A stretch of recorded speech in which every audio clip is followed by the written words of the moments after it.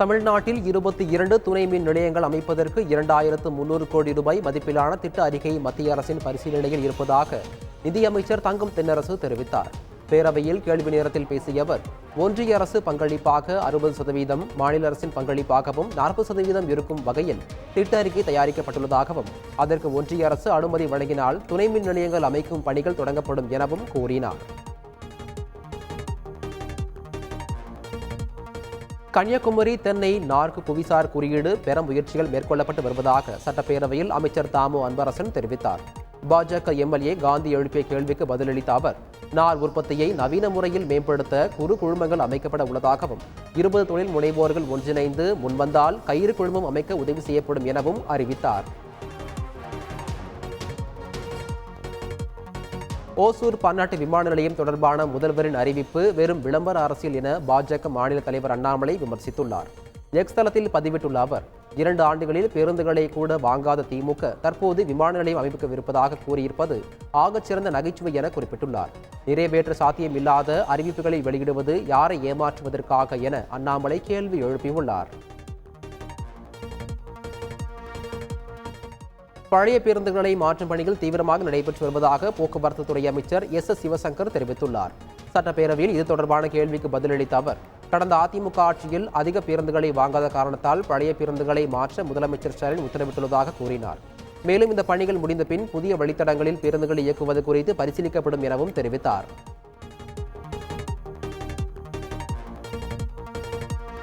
பாமக சட்டமன்ற உறுப்பினர் அருள் பேரவையில் சிக்ஸர் அடித்து விட்டதாக சபாநாயகர் அப்பாவு தெரிவித்தார்.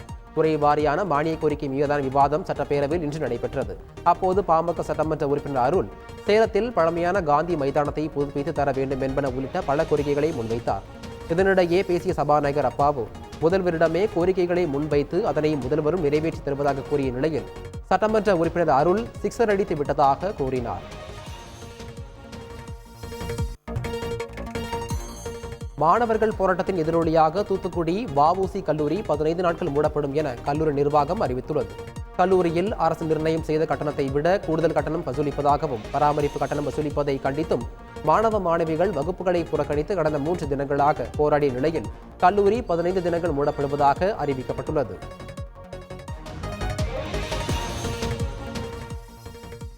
நைஜீரியாவில் இருந்து சென்னைக்கு கடத்தி வரப்பட்ட 22 கோடி ரூபாய் மதிப்பிலான 2.2 கிலோ கொக்கைன் சுங்க இலாக்கா அதிகாரிகள் பறிமுதல் செய்தனர். சந்தேகத்தின் பேரில் கென்யாவைச் சேர்ந்த இளம்பெண்ணை தனி அறைக்கு அழைத்துச் சென்று சோதனை செய்த அதிகாரிகள் அந்த பெண்ணின் ஷூக்களில் மறைத்து வைக்கப்பட்டிருந்த கொக்கைனை கைப்பற்றினர். பிடிபட்ட அந்த பெண்ணிடம் போதைப் பொருள் கடத்தல் பின்னணி குறித்து விசாரித்து வருகின்றனர். திருவள்ளுவர் பல்கலைக்கழகத்தின் 18வது பட்டமளிப்பு விழாவில் தமிழக ஆளுநர் ஆர்.என். ரவி பங்கேற்று 325 மாணவ மாணவிகளுக்கு பட்டங்களை வழங்கினார். சென்னையில் உள்ள தேசிய கடல்சார் தொழில்நுட்ப நிறுவனத்தின் இயக்குநர் ஜி.ஏ. ராமதாஸ் சிறப்பு விருந்தினராக பங்கேற்றார். புதிய கல்விக் கொள்கை பாடத்திட்டத்தில் ஆராய்ச்சி, தொழில்நுட்பத்துடன் சர்வதேச வாய்ப்புகளுடன் இணைந்து செயல்படும் வகையில் உள்ளதாக அவர் குறிப்பிட்டார். இவ்விழாவில் உயர்கல்வித்துறை அமைச்சர் பொன்முடி பங்கேற்கவில்லை என்பது குறிப்பிடத்தக்கது.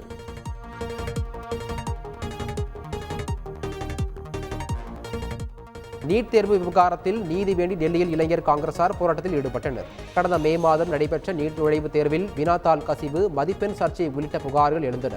இந்நிலையில் நீட் நுழைவுத் தேர்வு முறைகேடுகளால் மாணவர்கள் பாதிக்கப்பட்டுள்ளதாகவும் உரிய விசாரணை நடத்த கோரியும் டெல்லியில் இளைஞர் காங்கிரசார் போராட்டத்தில் ஈடுபட்டு முழக்கங்களை எழுப்பினர்.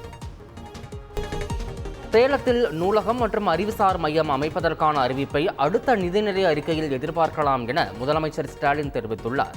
புதிய அறிவிப்புகளை வெளியிட்ட முதல்வருக்கு நன்றி தெரிவித்து பேசிய பாமக எம்எல்ஏ அருள், சேலத்திலும் புதிய நூலகம் ஒன்று அமைக்கப்பட வேண்டும் என்றார். அப்போது குறுக்கிட்ட முதல்வர், அடுத்த நிதிநிலை அறிக்கையில் சேலத்தில் புதிய நூலகம் அமைக்கப்படுவதற்கான அறிவிப்பை எதிர்பார்க்கலாம் என்றார்.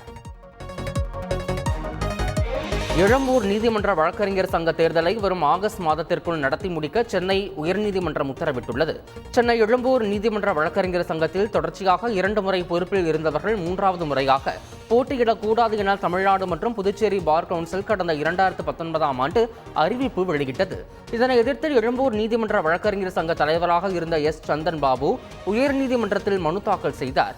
இந்த மனுவை விசாரித்த நீதிபதிகள் வரும் ஆகஸ்ட் மாதத்திற்குள் விதிகளை பின்பற்றி வழக்கறிஞர் சங்க தேர்தலை நடத்தி முடிக்குமாறு உத்தரவிட்டனர்.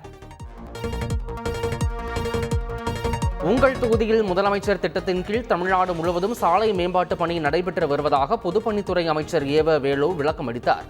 உறுப்பினர் சின்னதுரை எழுப்பிய கேள்விக்கு பதிலளித்த அவர், கீரனூரில் இருந்து புதுக்கோட்டை வழியாக கிள்ளுக்கோட்டை செல்லும் சாலையை இருவழித்தடமாக அகலப்படுத்த ஆய்வு நடத்தி நடப்பு நிதியாண்டிலேயே பணிகள் தொடங்கப்படும் என்றார். சென்னை புளியந்தோப்பில் கஞ்சா விற்பனையில் ஈடுபட்ட நால்வரை போலீசார் கைது செய்தனர். புளியந்தோப்பு ஆடுதொட்டி பகுதியில் கஞ்சா விற்று வந்த சுரேஷ் என்பவரை பிடித்த போலீசார் அவர் அளித்த வாக்குமூலத்தின் அடிப்படையில் பிரேம்குமார், இந்திரபிரசாத் மற்றும் தமிழரசன் என நால்வரை அடுத்தடுத்து கைது செய்தனர். நால்வரிடமும் இருந்து கஞ்சா விற்பனைக்கு பயன்படுத்தப்பட்ட ஆட்டோ, இருசக்கர வாகனம் மற்றும் 28,000 ரூபாய் பணத்துடன் சேர்த்து 2 கிலோ கஞ்சாவையும் பறிமுதல் செய்த போலீசார் அனைவரையும் சிறையில் அடைத்தனர். கல்லில் நச்சுத்தன்மை இருப்பதாக நிரூபித்தால் 10 கோடி ரூபாய் சன்மானமாக வழங்கப்படும் என கட்சி சார்பற்ற விவசாயிகள் சங்கத்தினர் அறிவித்துள்ளனர். கள்ளக்குறிச்சியில் கள்ளச்சாராயம் அருந்து ஏராளமானோர் உயிரிழந்த நிலையில் தென்னை மரங்களில் இருந்து இறக்கப்படும் கல்லை விற்பனை செய்ய அரசு அனுமதி வழங்க வேண்டும் என கட்சி சார்பற்ற விவசாயிகள் சங்கத்தினர் சூலூர் வட்டாட்சியர் அலுவலகத்தில் மனு அளித்தனர். குறிப்பாக கள்ளச்சாராயம் மற்றும் மது விற்பனையை தடுக்க ஆரோக்கியமான கள் விற்பனைக்கு அனுமதி வழங்க வேண்டும் என விவசாயிகள் தெரிவித்தனர். நடப்பாண்டில் செப்டம்பர் இறுதிக்குள் தமிழ்நாட்டில் 1900 கோவில்களில் குடமுழுக்கு நடத்தப்படும் என அறநிலையத்துறை அமைச்சர் சேகர் பாபு தெரிவித்துள்ளார். சட்டப்பேரவையில் பேராவூரணி உறுப்பினர் அசோக்குமார் எழுப்பிய கேள்விக்கு பதிலளித்த அவர், இந்து அறநிலையத்துறை சார்பில் தமிழ்நாட்டில் 350 கோடி செலவில் 97 திருமண மண்டபங்கள் கட்டப்பட்டுள்ளது என்றார். மது குடித்தால்தான் வீரமானவன் என்ற தோட்டத்தை இளைஞர்கள் மத்தியில் சினிமா ஏற்படுத்துவதாக சட்டமன்ற உறுப்பினர் கொங்கு ஈஸ்வரன் வேதனை தெரிவித்துள்ளார். சட்டப்பேரவையில் மானிய கோரிக்கை மீதான விவாதத்தில் பேசிய கொங்கு ஈஸ்வரன், சமூகத்தின் ஒழுக்க சீர்கேட்டிற்கு மது முக்கிய காரணமாக இருப்பதாக குற்றம் சாட்டினார். மேலும் மது குடிக்க தெரியாத கல்லூரி மாணவனை சாம்பார் சாதம், தயிர் சாதம் என சக மாணவர்கள் கேலி செய்யும் நிலை உள்ளதாகவும், பீர் குடிக்க தெரியாதவனா நீ என பெண்களே பேசுவது போன்ற வசனங்கள் சினிமாவில் இடம்பெறுவதாகவும் அவர் வேதனை தெரிவித்தார். அயோத்தி ராமர் கோயிலில் பாதுகாப்பு பணியில் ஈடுபட்டுள்ள ஆயுதம் ஏந்திய காவலர்களின் முகாம்களுக்குள் மழைநீர் புகுந்துள்ளது. கன்ஷிராம் காலனிக்கு முன்னால் அமைந்துள்ள முகாமில் வீரர்களின் உணவுப் பொருட்கள் தண்ணீரில் மிதக்கின்றன. ஏற்கனவே அயோத்தியில் பெய்த கனமழையால் ராமர் கோவிலை சுற்றியுள்ள பகுதிகளில் கடைகள், வீடுகளுக்குள் மழைநீர் புகுந்தது. சாலைகளில் திடீர் பள்ளங்கள் தோன்றி போக்குவரத்து பாதிக்கப்பட்டிருக்கிறது. சில தினங்களுக்கு முன்னர் ராமர் கோயிலின் மேற்கூரையில் மழைநீர் கசிகிறது என தலைமை பூசாரி கவலை தெரிவித்ததும் குறிப்பிடத்தக்கது.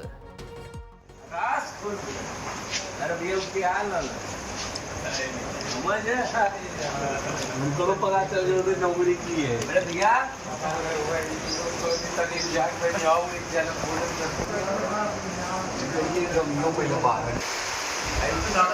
अरे उन्हें तो करेंट काट दो यार उन्हें क्या लाइट यार. அரசியல் காரணங்களுக்காக ஊராட்சிகளை பேரூராட்சியாக தரம் உயர்த்த சிலர் எதிர்ப்பு தெரிவிப்பதாக சட்டப்பேரவையில் அமைச்சர் KN நேரு தெரிவித்துள்ளார்.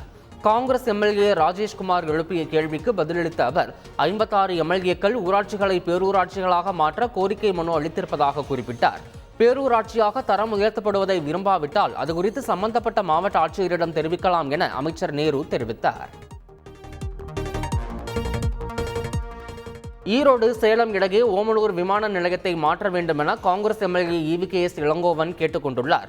முதல்வரின் புதிய அறிவிப்புக்கு நன்றி தெரிவித்து பேசிய அவர், ஓமலூர் இருக்கும் விமான நிலையத்தை சங்ககிரி பக்கம் மாற்றினால் முழு கொங்கு பகுதிக்கும் பயன்படும் என்றார். பரந்த எண்ணத்துடன் முதல்வர் இந்த கோரிக்கையை பரிசீலிக்க வேண்டும் என EVKS இளங்கோவன் வேண்டுகோள் விடுத்தார். பொங்கல் இலவச வேட்டி சேலை திட்டத்திற்கு விரைவில் டெண்டர் கோரப்பட்டு டிசம்பர் 31க்குள் பணிகள் முடிக்கப்படும் என அமைச்சர் காந்தி உறுதியளித்துள்ளார். பேரவையில் எம்எல்ஏ ஈஸ்வரன் எழுப்பிய கேள்விக்கு பதிலளித்த அமைச்சர், 2025 பொங்கல் பண்டிகைக்கு காலதாமதமின்றி இலவச வேட்டி சேலைகள் வழங்கப்படும் என்றார்.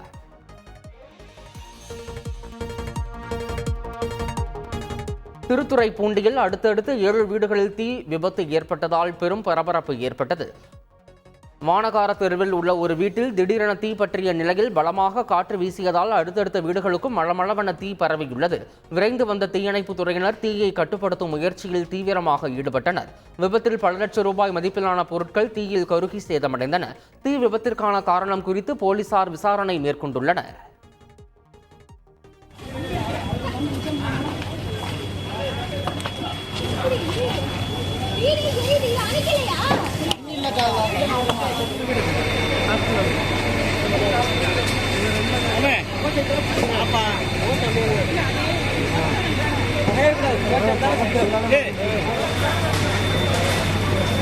தெரியுதா?